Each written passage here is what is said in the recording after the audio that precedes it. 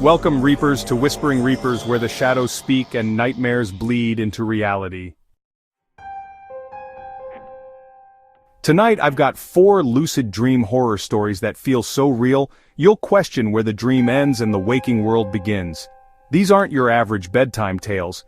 These are R-rated terrors, dripping with dread and tragedy, designed to haunt you long after the lights go out. So, lock your doors, dim the lights, and let's dive into the abyss of the mind. Sweet dreams, if you dare. I've always been a lucid dreamer. You know, that moment when you realize you're dreaming and take control? It's like being a god in your own little universe. I'd fly over cities, summon my favorite snacks, even talk to people who aren't real. It was my escape from the monotony of high school, until the night I met. It started like any other dream. I was in my bedroom, but everything was sharper, more vivid. The air smelled like rain and my posters glowed faintly like they were backlit. I decided to mess around, so I willed a mirror into existence on my wall. A big ornate one with a gold frame, something I'd seen in an antique shop once. I stepped up to it, grinning at my reflection. I gave myself green hair, then fangs, then 6 arms. Classic lucid dream flex. But then my reflection stopped copying me. I froze mid-laugh as it tilted its head, staring back with eyes that weren't mine. Black voids, endless and hungry. My stomach dropped. I tried to wake myself up, pinching my arm, but nothing happened. I was still there, trapped in my own head, with watching me. "You're not supposed to be here," it said, its voice a low rasp that echoed inside my skull.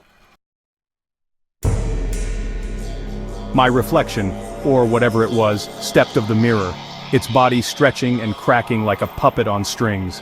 Its skin was pale, almost translucent, veins pulsing beneath it.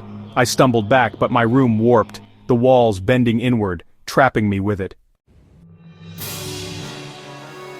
I tried to change the dream, make it vanish, turn it into a puppy, anything, but it laughed, a sound like glass shattering.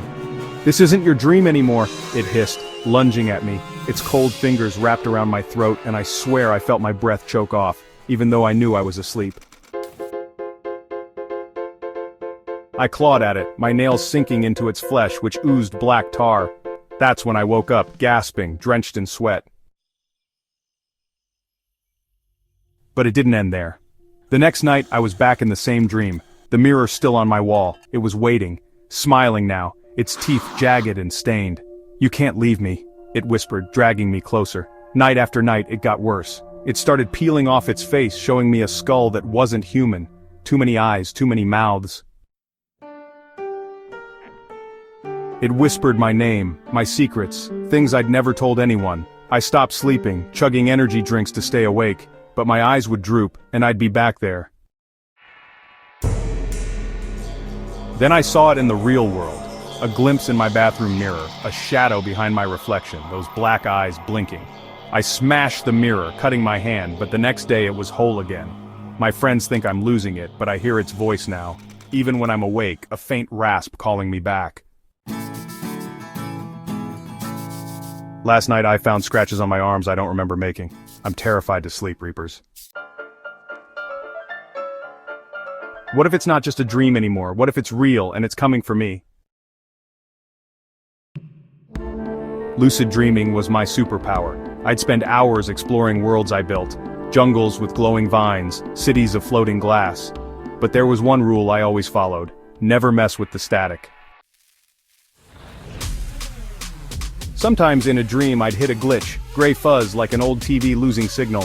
I'd just turn away and reshape the scene, until the night I didn't. I was in a forest, tall pines stretching into a starry sky. I was running, testing how fast I could go, when the air shimmered, and a wall of static crackled in front of me. It wasn't supposed to be there, I hadn't made it. Curious, I reached out, and my hand passed through, tingling like I'd touched a live wire. The forest vanished, and I was in a void, surrounded by buzzing gray noise. In the center stood a girl. She was maybe 16 like me, but wrong. Her skin was gray, her eyes too big, her mouth a thin slash. She flickered, like a bad video feed, her body jerking in and out of focus. "Help me," she whispered, her voice cutting through the static. I should have bailed, but I felt bad for her. I asked who she was and she said, "I'm lost. I've been here too long." Her eyes locked on mine and I felt a pull like she was dragging me deeper into the dream. I tried to wake up, but my usual tricks, blinking hard, shouting, didn't work. The static thickened, pressing against my skin, and she stepped closer. "Stay with me," she said, her voice splitting into a dozen echoes. Her hand grabbed mine, cold and clammy, and I saw her face glitch. Half of it melted away, revealing bone and wires beneath. I yanked free and ran, the static chasing me, swallowing the void. I woke up shaking, my TV on, blaring static. I hadn't left it on. The next night I was back in the dream, no control, just the void and her. She was closer now, her fingers brushing my face, leaving icy burns. "You can't leave," she hissed, her mouth stretching impossibly wide. I saw things in the static, faces, hands, eyes, all reaching for me. I woke up with bruises on my cheeks, real ones. It's been a week, Reapers. Every night she's there, stronger, pulling me in. My TV turns on by itself now, static screaming even when it's unplugged. Yesterday, I saw her reflection in my phone screen, flickering, smiling. I don't know if she's a dream or something else, something that found me in the static. I'm scared she'll take me for good and no one will know where I went.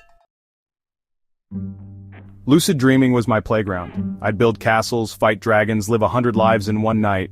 But last month something changed. It started with a door. I was in a dream, walking through my house when I noticed it. A black door in my living room that didn't belong. It was tall, warped, with a rusty knob that pulsed like it was breathing. I knew I hadn't made it, but I was curious. In a lucid dream, you're invincible, right? So I opened it. Beyond was a staircase, descending into darkness. The air smelled like damp earth and rot. I took a step, and the door slammed shut behind me, locking me in. My control slipped. I couldn't fly, couldn't wake up. The stairs went on forever, my footsteps echoing until I reached a basement that wasn't mine. The walls were wet, covered in scratches. Names, dates, claw marks. In the center was a chair, and sitting in it was me. Not a reflection, but pale, eyeless, smiling with too many teeth. "You shouldn't have come," it said, its voice mine but deeper, wrong. I tried to run but the stairs were gone, just a wall of black slime. It stood, shambling toward me, its fingers elongating, nails scraping the floor. "This is where we belong," it growled, grabbing my wrist. Its touch burned and I screamed myself awake. I thought it was over, but the next night the door was back. I didn't open it, I tried to destroy it, burn it, anything, but it wouldn't budge. Then I heard it, scratching from the other side and my voice whispering, "Let me out." I woke up with welts on my wrist, red and raw. It's gotten worse, Reapers. The door's in every dream now, closer each time, my kitchen, my bedroom. Last night I heard the knob turn. In the real world I've found dirt under my nails, scratches on my floor. My mom says I've been sleepwalking, but I don't tell her about the whispers. The thing that looks like me. I'm terrified to sleep. What if it gets out? What if it's already here, waiting behind a door I can't see? Story 4, The Hollow Choir. Lucid dreaming was my sanctuary after the accident. My legs don't work anymore, crushed in a wreck I barely survived. In my dreams I could run again, feel the wind, be whole. I'd craft sprawling cathedrals, their stained glass glowing under a moonless sky. A place to forget the wheelchair and the pitying stares. But one night, the cathedral wasn't mine. I appeared in the nave, the air heavy with incense and decay. The pews were filled with figures, hooded, silent, their faces hidden. I tried to reshape the scene, turn it into a beach, a forest, but the dream held firm. Then the choir began. A low, guttural hum rose from the figures, vibrating through the stone into my bones. I wasn't in control anymore. I limped toward the altar, my legs weak even here, a cruel twist, and saw them clearer. Their robes were tattered, stained with something dark, and their hands clutched hymnals that dripped black ink. The humming grew louder, words forming in a language I didn't know, sharp and jagged. I turned to leave, but the doors were gone, replaced by walls that pulsed like flesh. One figure stood taller than the rest, its hood falling back. Its face was a mess of scars, eyes sewn shut, mouth gaping with no tongue, just a black hole that sang. "You brought us here," it rasped, though its lips didn't move. The others joined, their voices a chorus of agony accusing me. I hadn't made them, I'd never dreamed this. But they knew me, my name, my crash. You should have died, they chanted, closing in. I tried to wake up, clawing at my arms, but the cathedral tightened, the ceiling dripping tar that burned my skin. They grabbed me, their fingers cold and wet, dragging me to the altar. I saw it then, a slab stained with blood, my blood, and a memory I'd buried. The other car, the one I'd hit, the screams I'd ignored as I crawled free. They forced me down, their hymn a scream now, and I felt a blade, real sharp, slice into my chest. I woke gasping, my shirt soaked red, a gash I couldn't explain. They're back every night, Reapers, the choir louder, the cathedral darker. My legs ache worse now, my hands tremble, and I find ink stains on my sheets. Black, thick, like their hymnals. Last night I heard them when I was awake, a faint hum from the walls. I think they're the ones I left behind, the ones I killed, and they're singing me back to the wreck, to finish what should have ended that night. Story 5. The Endless Corridor. I used to love lucid dreaming, bending reality to my will, escaping the grind of my dead-end job. But one night I found myself in a corridor I didn't create. It stretched forever, flickering fluorescent lights buzzing overhead, walls stained with rust and something darker. I tried to change it, make it a beach, a forest, but the dream wouldn't budge. I was stuck. I started walking, my boots echoing on the cracked tiles. The air was thick, metallic like blood. Doors lined the walls, rusted shut, but I could hear things behind them. Whispers, scratches, sobs. I kept going, telling myself I'd wake up soon.